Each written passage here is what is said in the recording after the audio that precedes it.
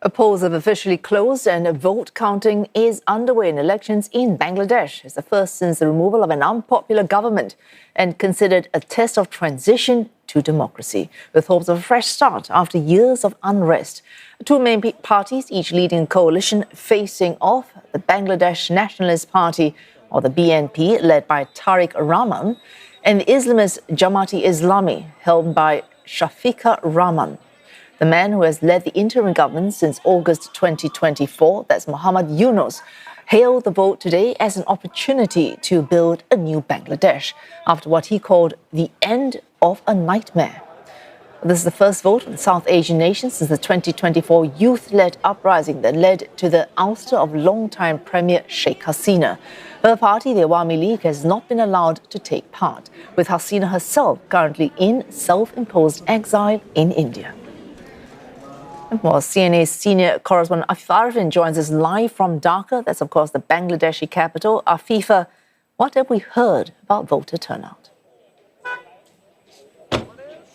Well, polls have now closed all across Bangladesh, and in what officials have described as a largely peaceful voting process. And that's because we know that security has been very tight. More than 950,000 security personnel deployed across 42,000 polling stations nationwide. I mean, even where I am here outside the Election Commission, we know that security is also just as tight. The building has been barricaded with dozens of policemen guarding in front of it. In fact, at the Junction where I'm at, also the roads have been closed up to 100 meters each way, with police barricading the place, only allowing vehicles carrying members of the media, election officials or observers to enter this vicinity. The Election Commission has said that the voter turnout, the latest numbers, stand at 47.91% as of 2 p.m. on local time, and that figure has already surpassed the overall voter turnout in the January 2024 elections, which stood at 41%. So some observers are actually quite optimistic that the overall voter turnout in this election could just touch around 60%, and that could signal, a much more engaged voter all across Bangladesh in this election compared to the previous ones. I mean, here in Dhaka, overall, the atmosphere throughout the day has been quite calm. It's quite festive, actually, in some of the polling stations, and that's because many of the voters here tell me they're just very excited to be able to participate in this election, which they see as free and fair. Many of them said that they are this time not pressured to support or vote any of the political parties, and they have been more engaged throughout the campaigning periods, really looking at the various political parties and even considering some of the independent candidates. Now, bear in mind, this is, as you said before, Wesu, the first national election since that July 2024 uprising that overthrew the Sheikh Hasina government. So many of the voters say that their participation in this election shows that they're bringing their voices from the streets to the ballot box. Let's listen in to what some of them told me earlier. I see this as a very, a significant part of Bangladesh's history in the future, because this is where people are very concerned about their political rights and how it can, make a better future for them. It's my first time voting, and I'm very nervous, and also I'm very thankful to this environment.